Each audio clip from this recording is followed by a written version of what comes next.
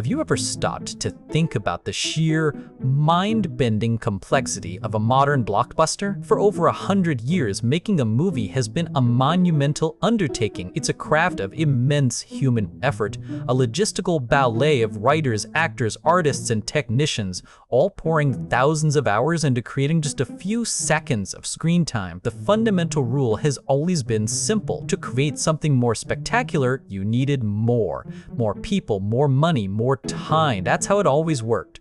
The central challenge, the great puzzle of Hollywood, was how to keep topping itself. How could studios create ever more breathtaking worlds without the budgets and timelines spiraling into utter absurdity? And in that world, how could a small, independent team with a powerful story ever hope to compete with a studio armed with a 9-figure budget? The whole system was beginning to feel fragile, like a machine running too hot for too long. We were all told, and we all believed, that the path forward was simply a more powerful version of the past.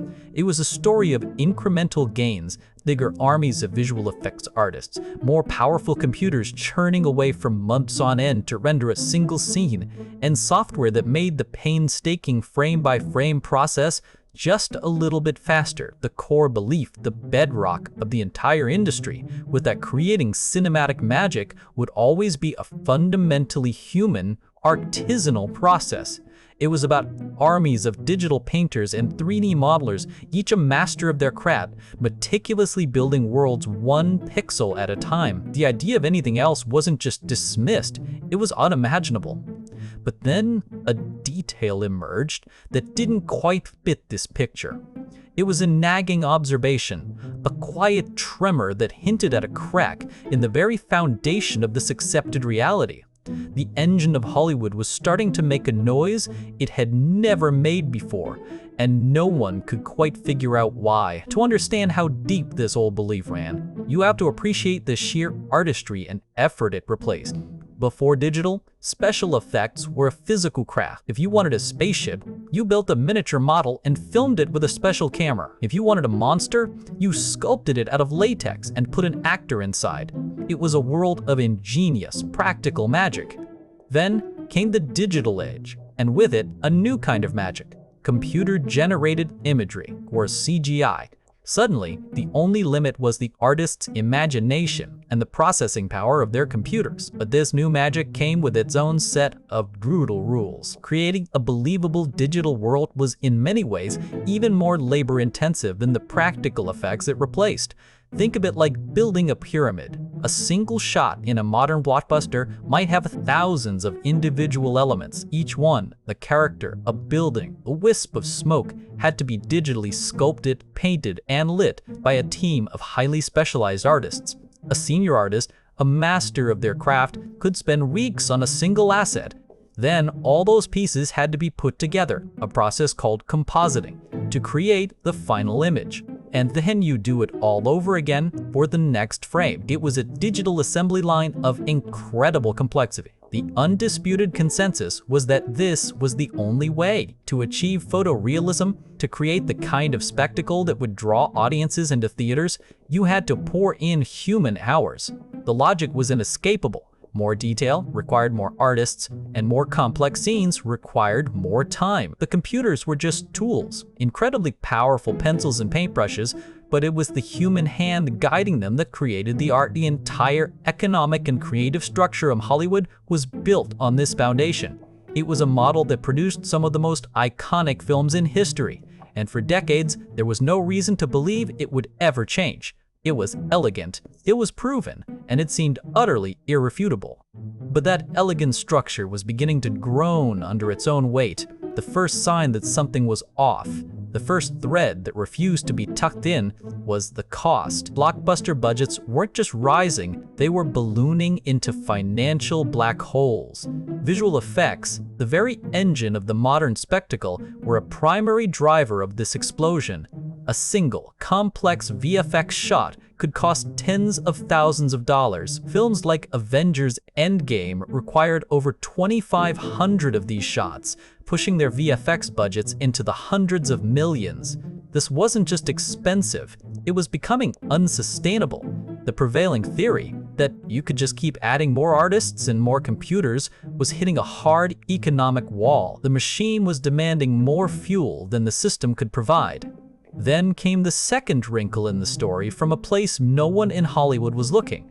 It came from the world of tech startups and online art communities. The sudden emergence of AI image generators like Midjourney and DALL-E felt like a bolt from the blue.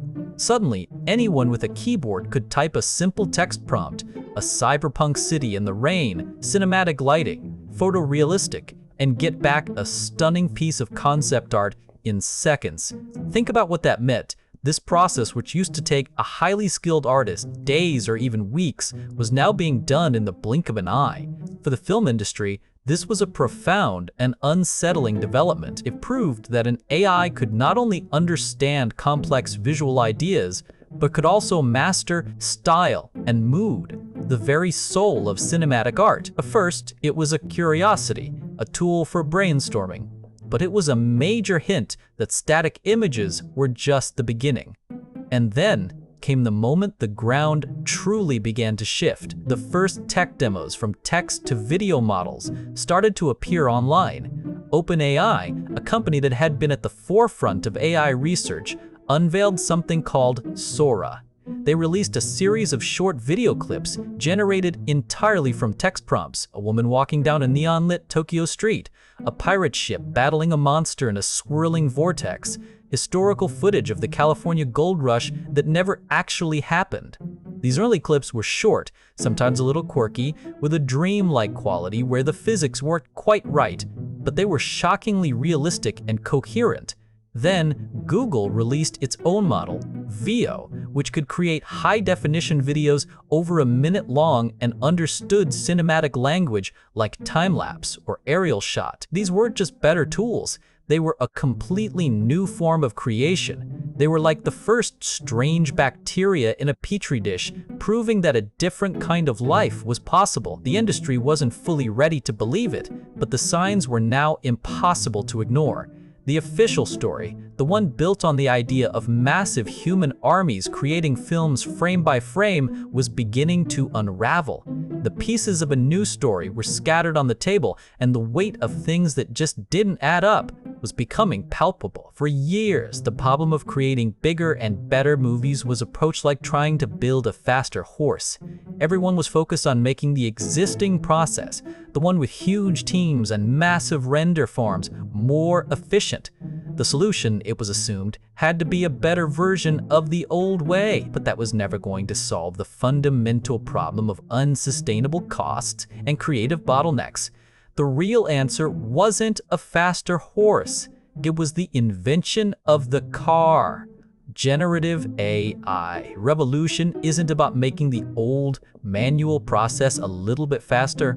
It's about replacing huge, time-consuming chunks of it entirely. The moment of sudden, shocking clarity comes when you realize that a single filmmaker, an independent creator, or a small studio can now achieve what once required a colossal infrastructure. Imagine this. Instead of hiring 100 artists to build a digital set of a futuristic city, a director can now simply type a prompt, a sprawling, futuristic city at sunset, in the style of Blade Runner, with flying cars weaving between towering skyscrapers.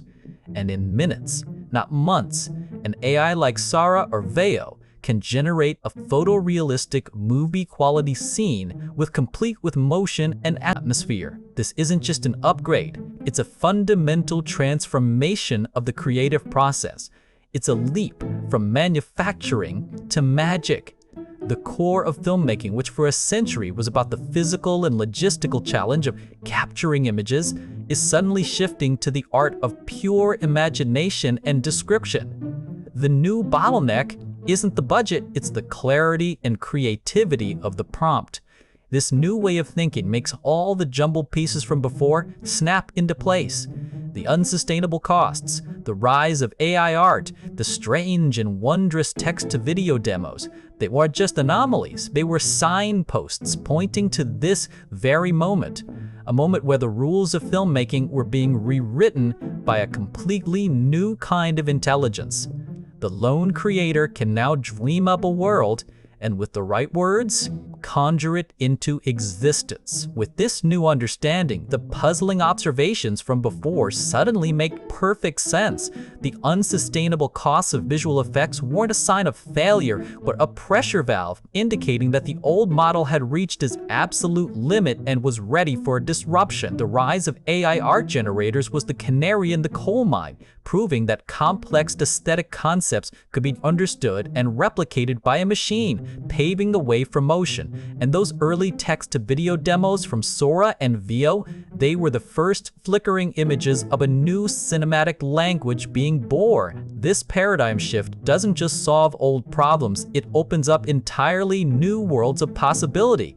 An independent filmmaker can now create an epic science fiction film on a shoestring budget, a feat that was previously unthinkable. A documentary filmmaker can generate historical recreations without the need for expensive sets and actors. Storyboarding and pre-visualization, once a time-consuming part of pre-production, can now be done almost instantly, allowing for more creative experimentation.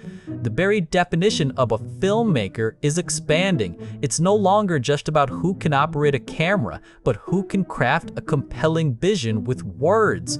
This journey of discovery, of following the story from a simple, nagging paradox to a full-blown revolution, teaches us something profound about questioning assumptions. For a century, we believed that filmmaking had to be a certain way, big, expensive, and slow. We built an entire industry on that belief. But the truth is, technology is not just changing the tools of filmmaking, it's changing the very nature of creativity itself. We are moving from a world where we are limited by our resources to one where we are limited only by our imagination. The question is no longer what can we afford to create, but simply what do we want to see?